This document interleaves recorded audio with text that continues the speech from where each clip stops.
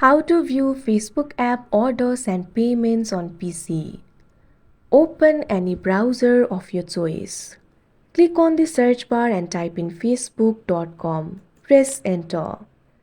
Once you do that, you'll be led to the official website of Facebook.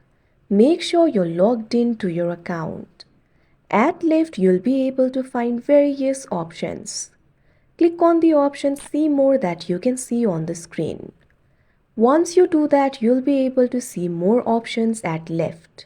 What you have to do is simply scroll down. Once you do that, right over here, you'll be able to find the option for orders and payments. Click on it.